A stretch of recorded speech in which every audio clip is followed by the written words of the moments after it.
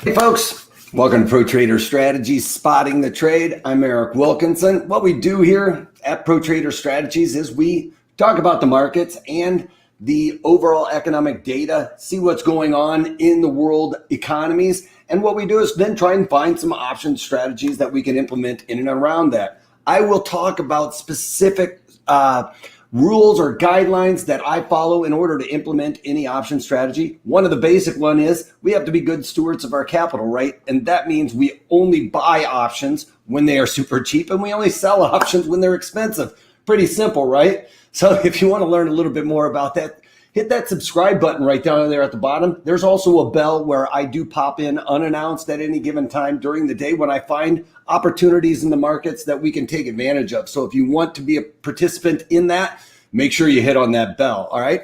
So also throughout this video, make sure you guys are commenting over there at the side. I'm going to keep my eye over there. If you want me to look at anything, you guys are driving the content. So make sure you take advantage of that. You got me here right now for the next foreseeable future. So if you guys want to see something, throw it over there and we will roll in and around those ideas as well. So don't be shy. All right, something to talk about here.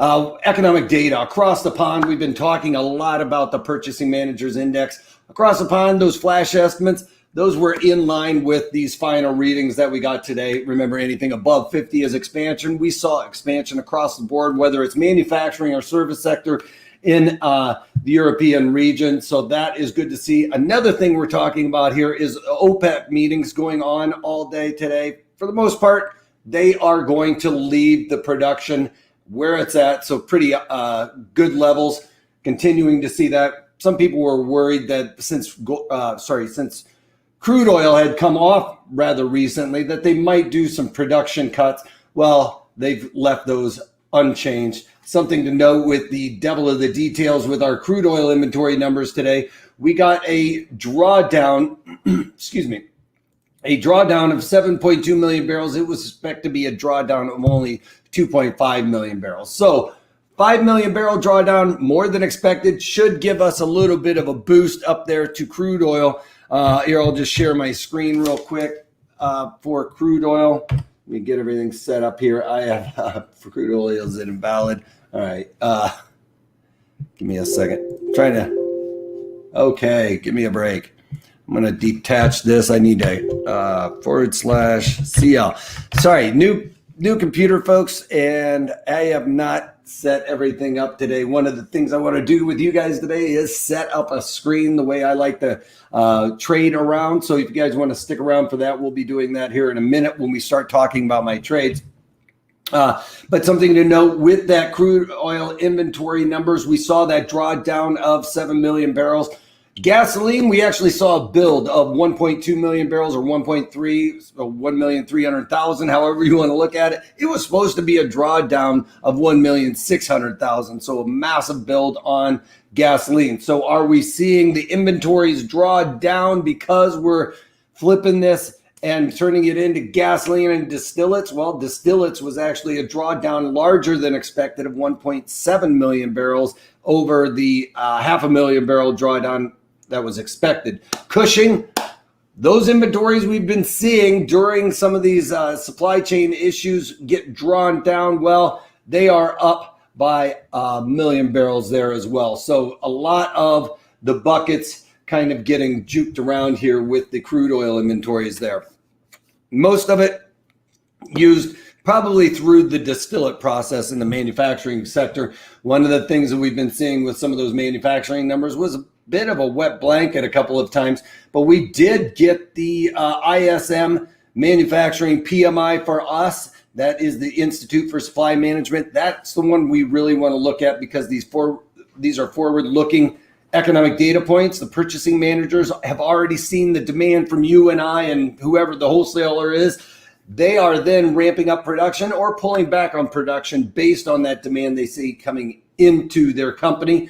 And obviously, they are starting to ramp up a little bit here, coming in at right around 60. It was supposed to be 58.5. So a little bit better than expected there on that front. So that's good for us. Something to note here, ADP.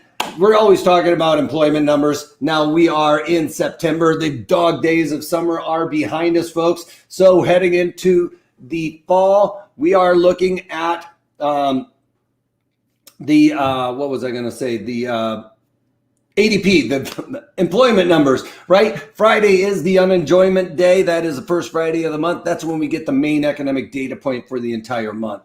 ADP gives us a bit of a precursor, and you guys have heard me talk about this time and time again. I don't like to look at the ADP and really base trades on. May give us a somewhat of an indication as to what's going on out there, but folks, really look for the non-farm payroll at the first of the month, the first Friday of the month.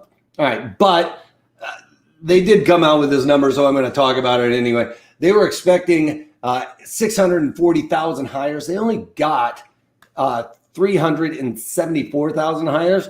Now, that's pretty bad. Pre-pandemic, though, with this number, you've heard me always talk about don't really rely on this number. Pre-pandemic, the plus or minus on that number was about 85,000 people, which is pretty big.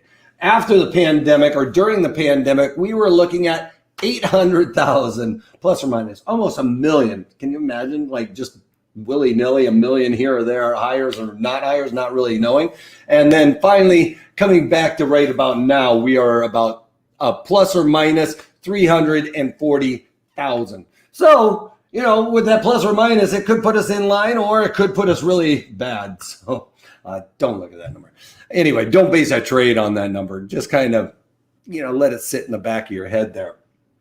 Yes, comment over at the side, guys. I see guys out there. Please comment if you guys want me to look at anything. Also, don't forget to hit that like button. It's like feeding you guys. If you find content out there, especially like in these webinars, if you guys learned something at all, hit that like button, because what that does is it feeds the bots, those crawlers that go out into the web or the Ethernet, and they find somebody that looks just like you and shows them this video. So that's how we share content, is we feed those crawlers. It's like you're giving them a little, you're giving them a JPEG cookie, if you will. So every time you smash that like button, they get a cookie. If you subscribe or hit the bell, they get a cookie. And finally, if we comment back and forth, we really get those guys going. So don't forget to feed the crawler. I'm not going to say feed the kitty. It's feed the crawler. Hit the like button for me there. All right.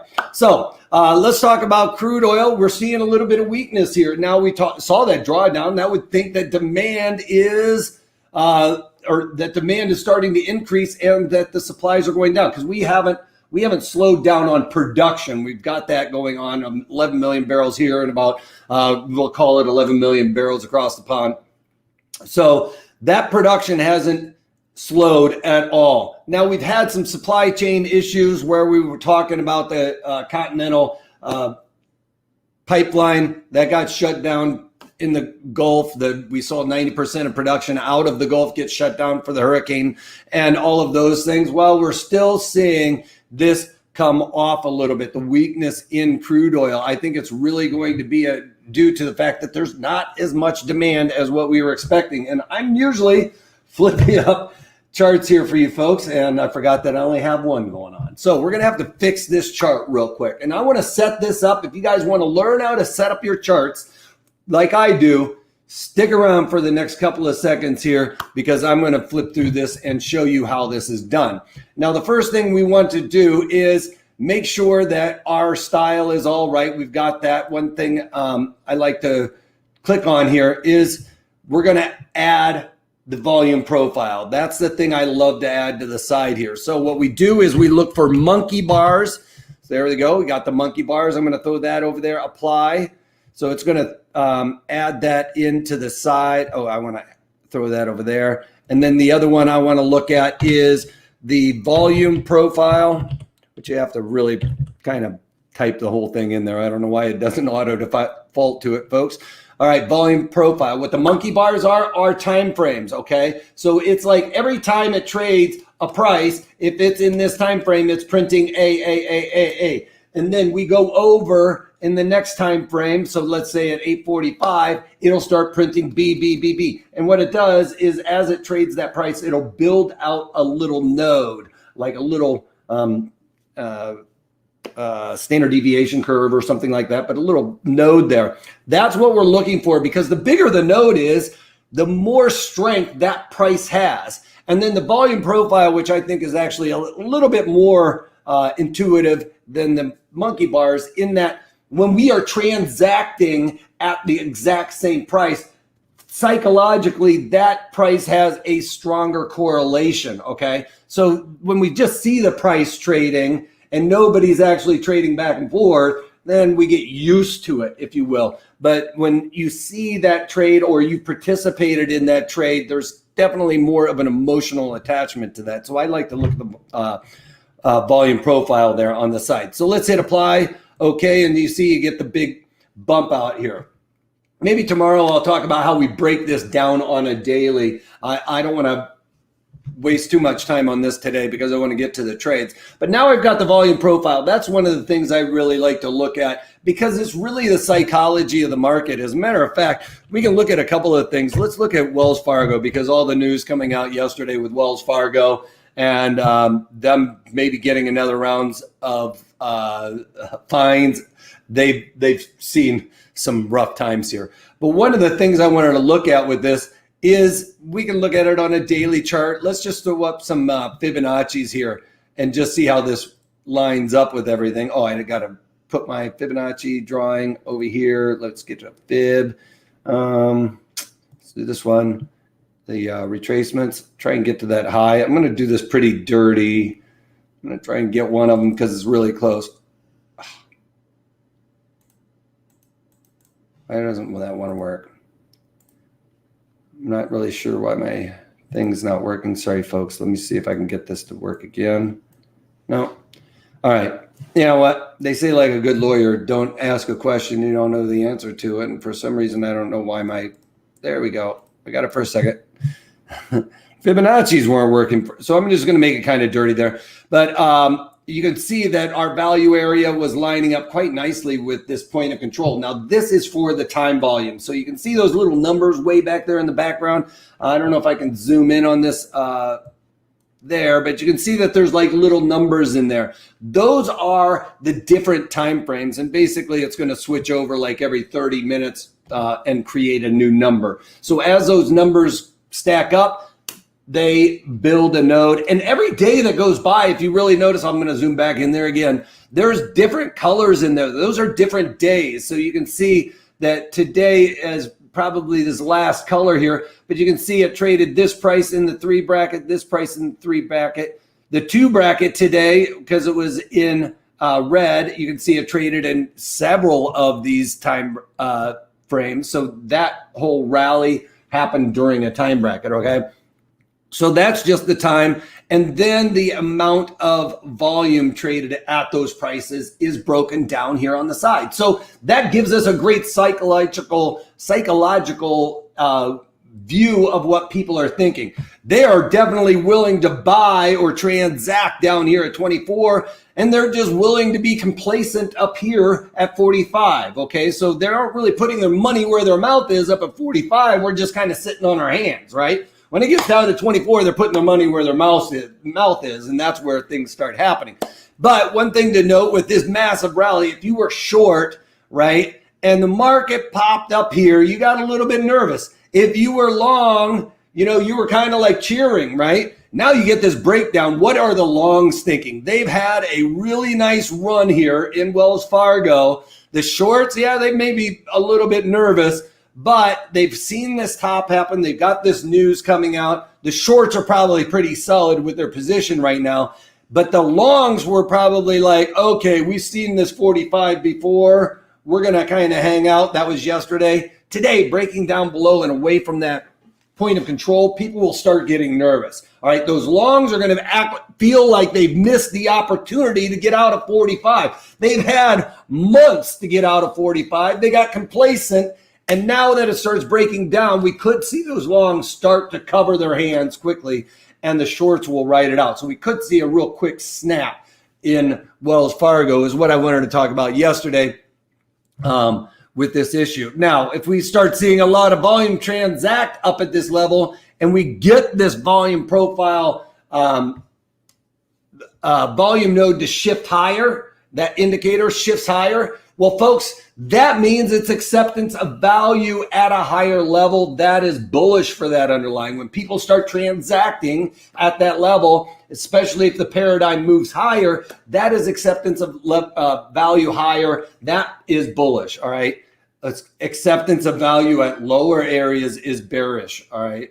Vice versa on that. So we've got the volume all up here, or sorry, the time all up here and the volume way down here. So that usually we don't see those very far apart. Usually they are almost sandwiched and or on top of each other. With this being that low, we could see a big, massive move here because these nodes, the big nodes, act like a magnet and draw it there, right? It's kind of like a self-fulfilling prophecy is that we go back there because that's the price we had, all right? So I like to add those on there. The next thing I'm going to do is add the 50-day simple moving average. So I'm going to go to the SMA, I want to do the daily simple moving average and add that over. It's going to default to the 9-day. So I like to go in and change that to a 50-day. Now, I also like the 200-day. I like the 9-day, the 50-day, and the 200-day. But right now, I just want to go to the 50-day because I think that's more significant for a shorter or longer-term swing type trade when we can trade off of that 50-day. That's kind of like the time frame I like to look for on something like this. So I'm going to hit apply. Okay, and you can see we've broken below that as of yesterday. So we've got a lot of bearish signals here for Wells Fargo. We've got the market going below the 50-day simple moving average. We've broken below this Fibonacci, and we have blown through a point of control. No real stop there other than a settlement and get in and get out. It is marching orders to the downside at this point, which I don't really see any reprieve from that right now. So the next thing I want to add to this is also the volume profile, or sorry, the I want to add Vega, which is just implied volatility. Implied vol, I think it just goes implied volatility. This is what I want to add to the chart way down here. I want to have it in its own area. The reason why I like this implied volatility is because it gives us an indication of what our pricing is in the option montage, folks. If this chart shows down here at the bottom that I'm at the high end of the range, then I am going to know that the prices are really expensive. Now, I wanted to look at this yesterday because of a couple of opportunities. The volume, implied volatility, spiked massively yesterday on the announcement that Wells Fargo was going through another round of investigations and maybe getting fined and things of that nature. We got that spike in volatility. Well, that means those prices in the options got jacked up as well, folks. That means that those were really expensive. That's an opportunity to take advantage of selling options premium. Whether it's a call spread, short call spread, that takes advantage of a downside move. So you can do a short call spread and things like that. To take advantage of when this volume comes out, even if you're directionally wrong, that premium starts dwindling as volatility comes out. Even if the underlying stays right here, we can see that pricing in those option montage start to settle down and come off a little bit. So if you're able to take advantage of the prices when they're extremely expensive and sold those, well, it doesn't really matter all the time if you're directionally right or wrong. Sometimes I've shown examples in webinars where you can be directionally wrong, but because you got this massive volatility crush coming out, those option strategies worked out quite nicely. So if you want to learn how to do some of that stuff, make sure you feed the crawler, hit that like button, folks. Comment over at the side. Make sure you guys are participating in this and driving this content in your direction. I'm making this open for you. We'll switch gears right now and start talking about Ether. You know how many Ether it is to buy the average home right now? Well, the average home is $375,000. Well, it puts it about 106 Ether. All right, folks are paying more than that for JPEGs right now.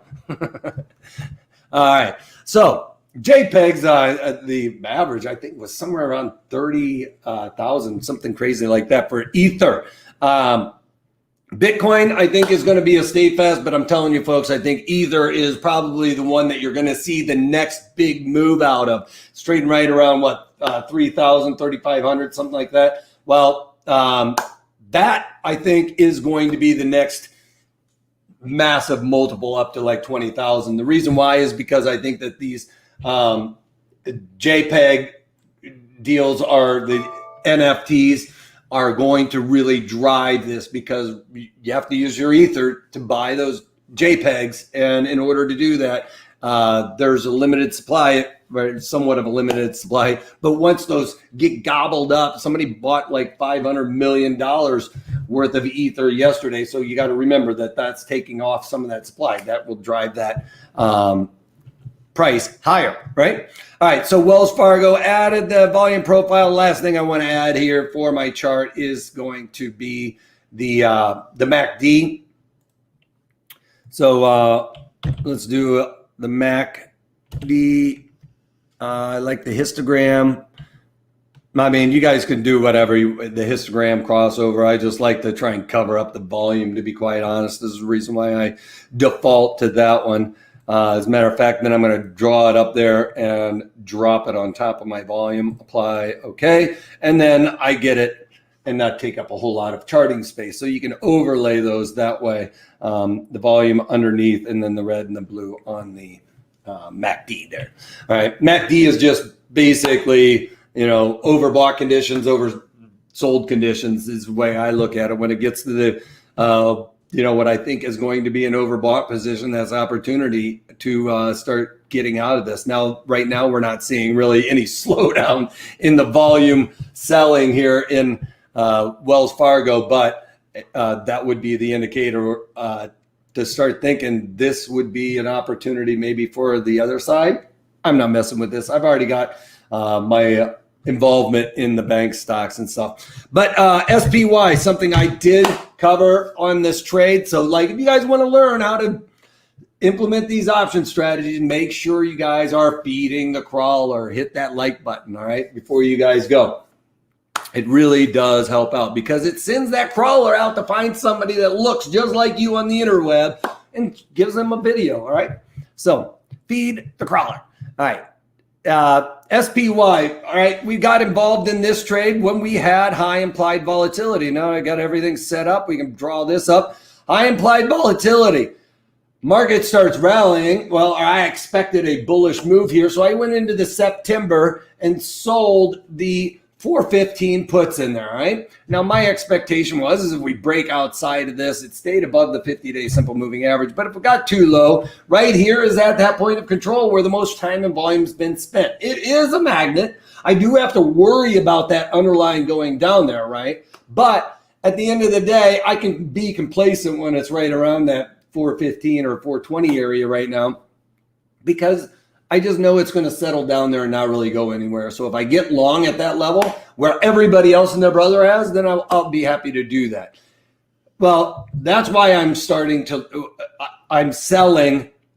options, right? Because I see this high implied volatility. I have a bullish assumption at this time because it stayed above the 50-day simple moving average. It repelled up and away. That point of control really didn't affect this. It's more in line with this trend channel that we have, as you can see, from quite some time ago. I think this is basically, I don't know why the time didn't change on it, but anyway, I think it goes all the way back to 2018 off the top of my head right now. But when we get back into that trend channel there, I was bullish. So I went in the option montage, determined that prices were really expensive. So I want to sell an option with a bullish assumption. All right. That means you want to sell puts. All right.